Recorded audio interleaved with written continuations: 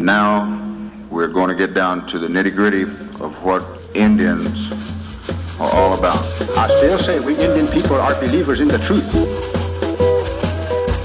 This is the way of life that was given to your people. You're born an Indian, you're going to die an Indian. Indianness is a good life. You're facing an Indian this afternoon.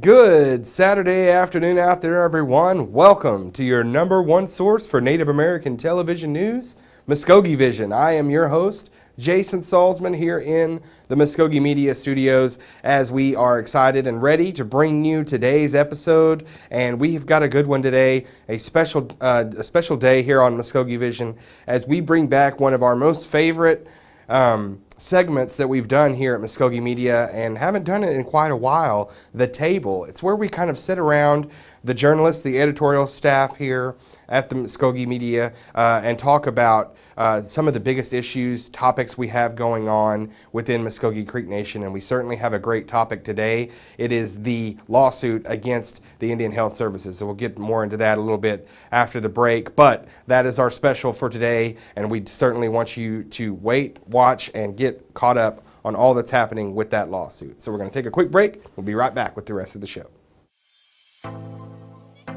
Make a memory by coming back home.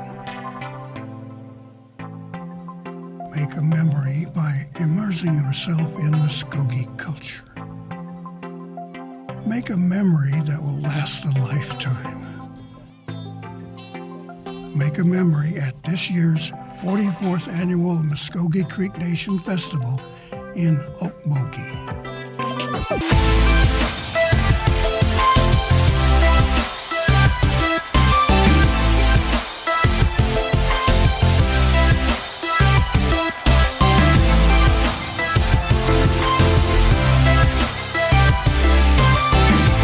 Make your memories with 4 days of free family fun at the Mvskoke Creek Nation's annual festival, June 21st through the 24th in Okmulgee.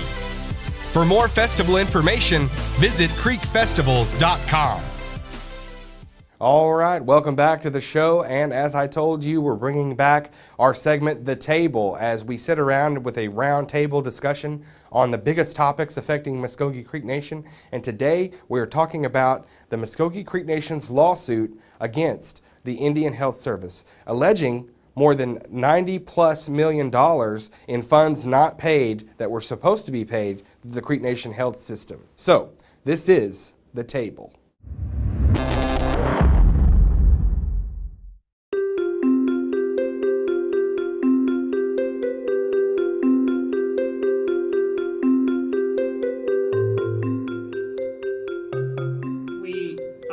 Through a brief of the suit. So the Mvskoke Creek Nation is suing the IHS, the Indian Health Service, naming the Secretary of the U.S. Department of Health, Alex Azar, etc., etc.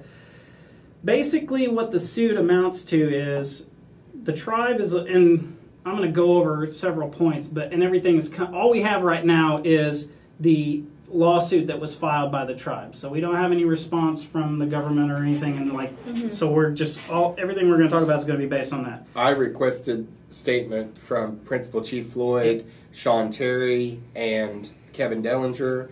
I did receive a response from Chief Floyd that indicated that he would need to speak to Kevin Dellinger, the Attorney General, to see if he could even comment on the litigation. Yeah, and this was filed on May 1st.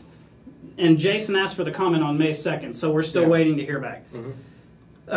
Basically, what the suit outlines is the Creek Nation alleges that for the fiscal years 2006 through 2014, the IHS, when they calculated the amount of federal funds they gave to the tribe, they didn't properly do their, let me look at the terminology here, the homework? Interest, there's a specific term, indirect cost rate. So when the IHS factored how much money they were going to pay back to the tribe, they left out all of the administration for the third-party billing that the tribe did, okay? And they only used their interest cost rate for the federal monies that IHS gave back to the tribe. And so the Creek Nation alleges that that ended up creating a $55 million or $53 million dollar loss for the tribe, and then another additional $35 million loss because of the administrative costs associated with the loss of that $50 million. Okay, so the tribe says that because we had to use program funds and move them around to pay for the administration of these things that you're supposed to be paying us for, we lost an additional $30 million, which totals out to around $90 million. But also they're claiming a higher number. Yeah, here the nation incurred no less than $102,589,025 in contract support costs carrying out its fiscal year 2006 through 2014 contracts with IHS. After accounting for IHS payments and appropriate credits, IHS failed to pay the nation $59,787,412. So it's the administration costs to process our third-party revenue that racked up that huge bill. Yeah. Let me. There's another quote in. He said it has something to do with the indirect cost rate, though. Yeah.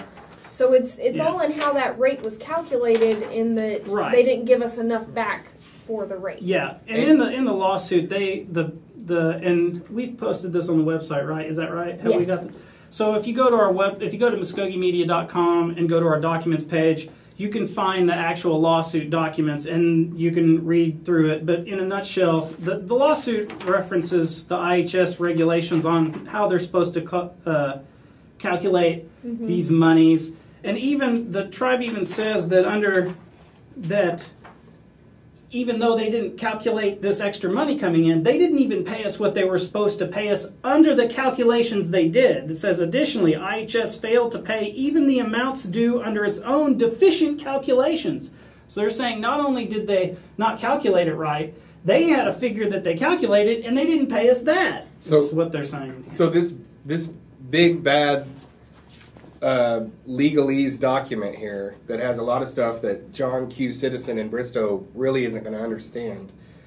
In lay terms, what are we talking about that actually happened here? If we just had to quickly sum it up. IHS didn't give us the money that we were supposed to get in federal funding. Yeah, and from 2006 through 2014. So for 8 years, we're trying to recoup the total amount. Well, this lawsuit has just been filed. Now, it's kind of, in the lawsuit, it's kind of hinted at that the tribe was waiting until some other Supreme Court cases that were references. So other tribes also sued IHS for a similar type of thing. Right. They were waiting for those cases to get decided so they could use that as precedent. Okay. Maybe that's why they were waiting. Yeah. But it still begs the question, like, how did we miss this? Did we miss it? When did we find out about it? Yeah. Especially, in light of the whole budget thing. And you said that ends in 2014, correct? Well, that's what this lawsuit is for. Right. The years are for like 2008 to 2014. 2006 to 2014. 2014. Yes. So when we're looking at that number, and it's a $90 million figure, is what they're saying. $90 million plus. Yeah. When we're looking at that figure, the first thing, of course, that comes to mind is a couple of years ago was the health deficit, which was also, I believe we got a loan for $90 million though. Yeah. And then so the last figure was like 65 or something. They're kind of ballpark in the same area. So here's my question. And one of the reasons for that deficit was listed was third-party collections. Right. Yeah, and also the building of all these new facilities.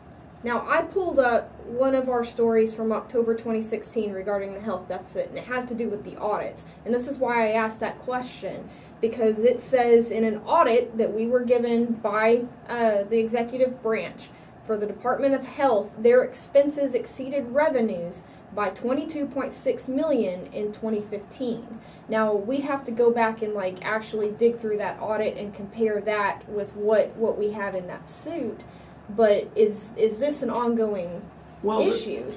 That there could be future years. Well, and there was nothing listed in the audit. You guys can refresh me, but I'm fairly sure and certain that there was nothing in the audit that indicated any kind of lack of doing their job on the federal government's part from IHS. There was never anything mentioned as far as we didn't get any money. Well, from I remember asking, because obviously this is when Chief Floyd came in, George saying that we've always been underfunded, correct, in our past coverage? Well, I think that's typical whenever we cover health, is that health isn't funded at the rate that it's supposed to be. I don't know if these two things equate or not, but it definitely raises the question, obviously, because it was... The deficit was directly and very clearly specifically attributed to new facilities that were started under the last administration.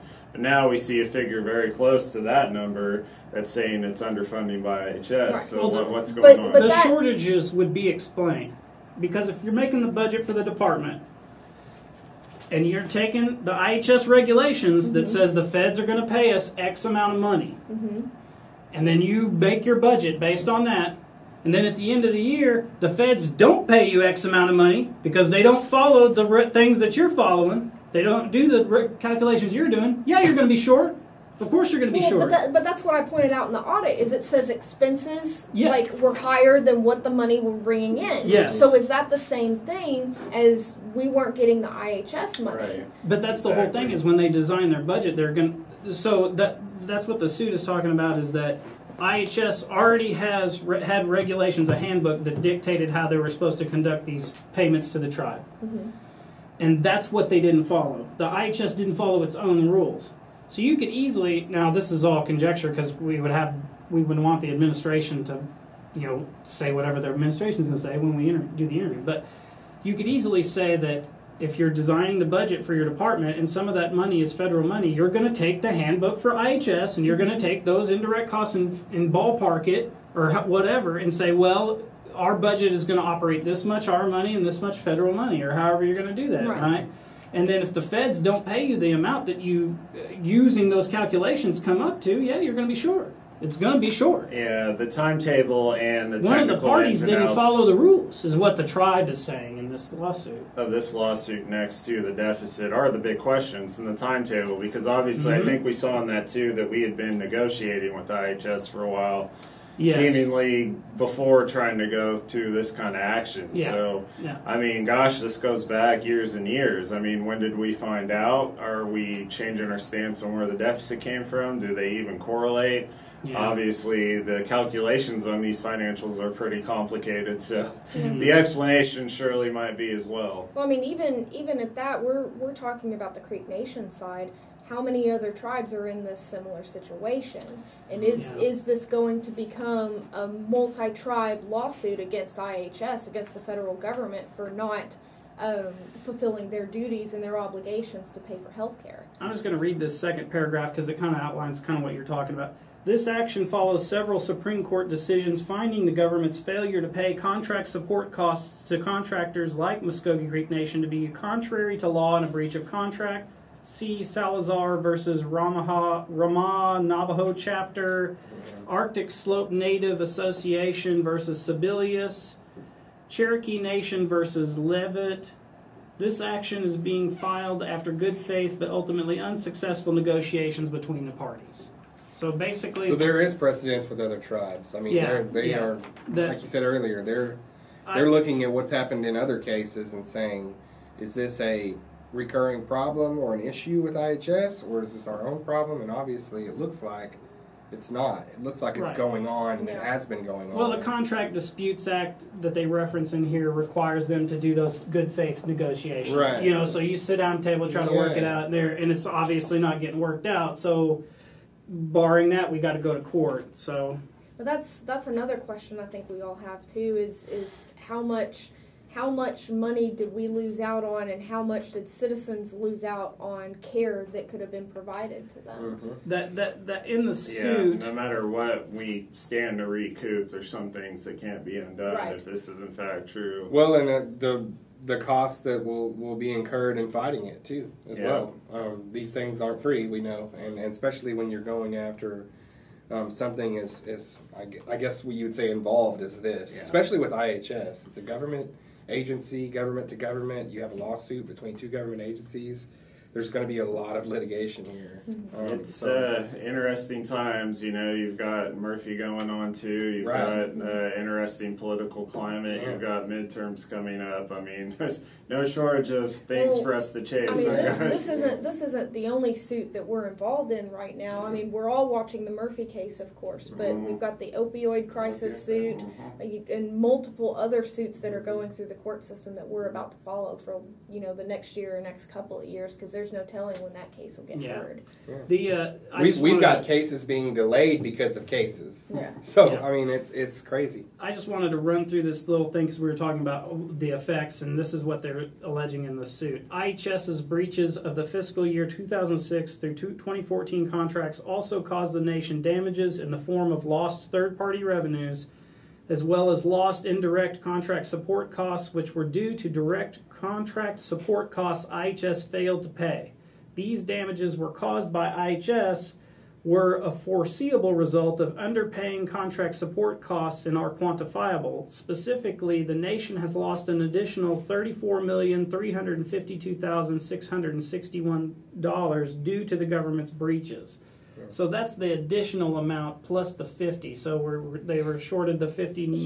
Here's my next question. So we're talking about a deficit. We're talking about funds lost. So are we in the red this amount because we provided services thinking that we were going to get those funds, or did we have to deny services because we weren't? That's what they're saying. Funds? That what they're saying is, we could have gotten more third-party revenue if we had gotten the money, but because we didn't get the money we were supposed to get, we couldn't administer things we couldn't provide. Right. So it was denial, not we'll recoup and take the loss and try to recoup it later. I mean, we'll take the loss now and try to recoup it later. It was denial on the surface. That's why that section because we had a lot of denials. A lot of people were. Well, I mean, we and there's cause to believe maybe perhaps it isn't tied to the. Well, that's why they say if with we just didn't issue the services, then the money wasn't spent. Well, you guys know we've had people and citizens come to us about contract health issues anyway, and say, "Hey, media, look, we've been turned down for this, and is there something going on?" Jessica's comment about things that can't be undone. Absolutely. I mean, often I've seen people like they're in a pinch and they need a big bill covered fast, and they're incurring debt for services rendered and everything, and then after the funds are depleted, they have to turn them away if the tribe has to outsource those costs. I believe contract health was mentioned in this suit, right? Yeah. So. That's what they're saying basically within that is that the damages were foreseeable, the 34 million, the additional 34 million, because of the underpaying the contract support costs. So it looks to be, I don't know. Now, when do we get going on this? Does anybody know any definitive dates? This is in the Northern District of Oklahoma, so it's in the district court, the U.S. District Court for Oklahoma. And I mean, those cases don't tend to move fast. I mean, you've probably got and the stuff that the other cases that they reference are Supreme Court cases. So you would think that if negotiations fell down or fell apart, and then we're going the legal route, the United States could easily go all this way to the Supreme Court with it if they want to contest it. That the money isn't going to change hands unless the United States says, okay, we'll pay you, or the Supreme Court says you've got to pay them, and this is a lot of money, Yes, so sir. We can land on that. You would expect that to be What do you think the odds are that this even goes to court or it's settled outside of court, that the feds choose to do that? They could have already done that. Talked in negotiations. Now, who knows faced if we with have a legal challenge, that can change people's minds potentially. Well, they could have already done it. That's what I mean. We don't even know what's been under the surface. This is the surface. We don't know what's been under it, what's happened previously to get to this. There could have been several attempts made at a settlement. Well, just like we saw with Hickory Ground. I mean, we're still going there and trying to get a settlement there, and they're still. Yeah, according to the nation, they've already tried to do the negotiations. That's what I'm saying. They had but lawsuit time. You guys got anything else about this? Yes, sir. No, we'll just keep an eye on it. All right. So at the end, we'll do the second topic, which is the bonus topic, and you guys don't know anything about this. So. Oh, God. I have a source that sent this stuff to me. I'm going to give it to you, and then I'll give you an outline of what I was told about the situation while you're skimming through these. Basically, the state of Oklahoma passed the ball and dice legislation. Mm-hmm. So what the source is telling me is saying that the first thing here is a memorandum from a law firm. And what this law firm is doing is they're trying to get all the tribes to sign on, because each tribal government has to pass a law, or what is it, the legal constructs for the ball and dice on the tribal government side before they compact with the state. Yeah. Now, what the source is telling me is that the Creek Nation, hasn't done that yet.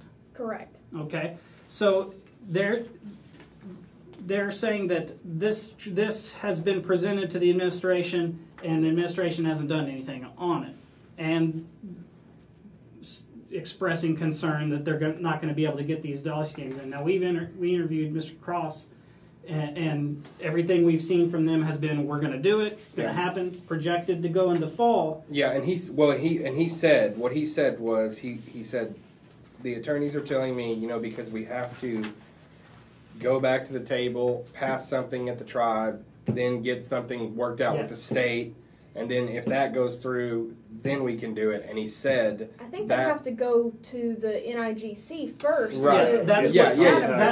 Because it's a new law, they basically have to go back to square one. The second thing, this is what the law firm is presenting to them. This form language has been approved by the NIGC. So that's what the story is that this has been presented to the tribe, and it's already approved, and you guys need to get on with the other tribes, et cetera, if you're going to have it in the fall, is what the source is saying. Okay. What I said to that was, it seems to me that each tribe would want to negotiate separately their compact. This is saying 10%.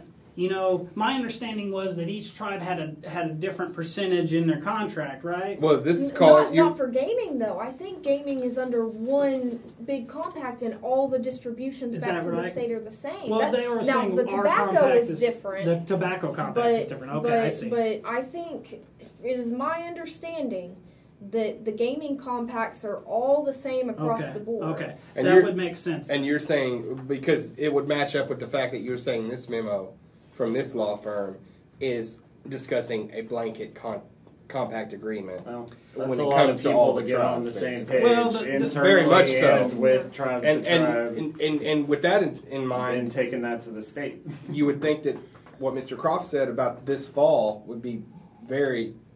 He's got a lot of hope. The tribe needs to get something passed. Yes. Right. I mean, but if he's confident in that, does that have to go through council? Yeah. I mean, I assume so. That's what this is. This is the second page is like. If it's a government-to-government deal, surely. Well, this that is would the have language. to go through council. But if they're changing the gaming regulations to include that, would that have to go through council before they send it off to the feds for approval? I could see that. No. What they're saying is that.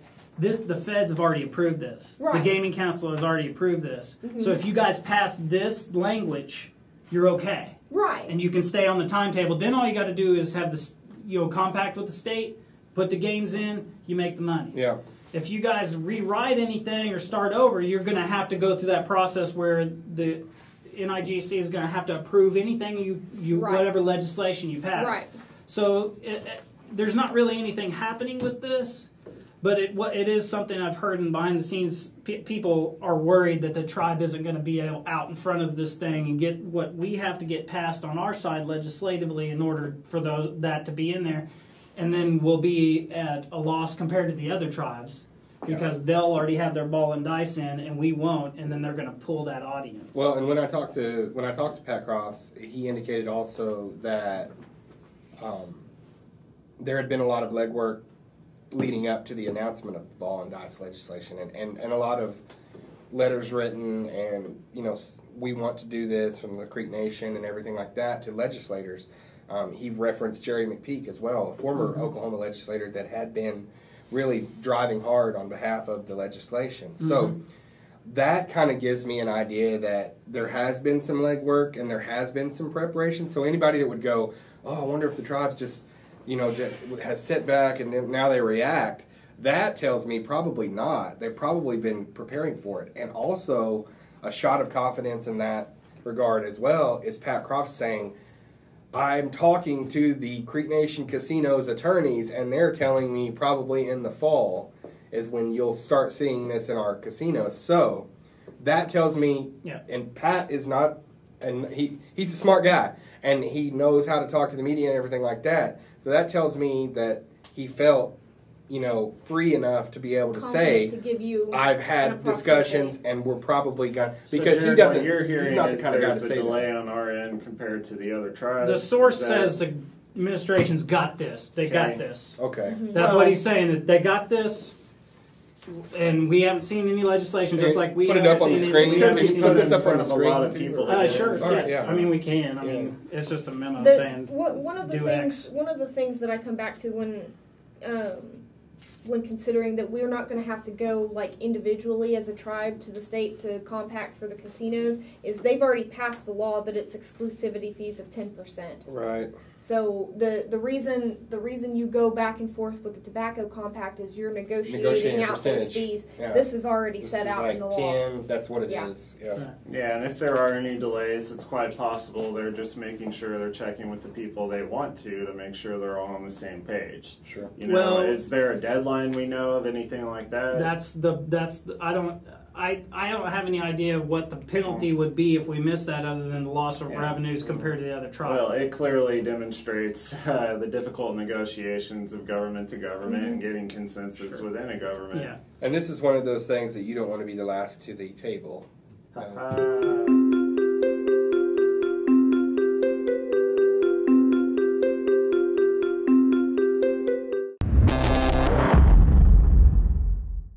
Okay, and that's your show for today. We certainly hope that you enjoyed the discussion, and some of you out there may be going, what's this a little different, no stores?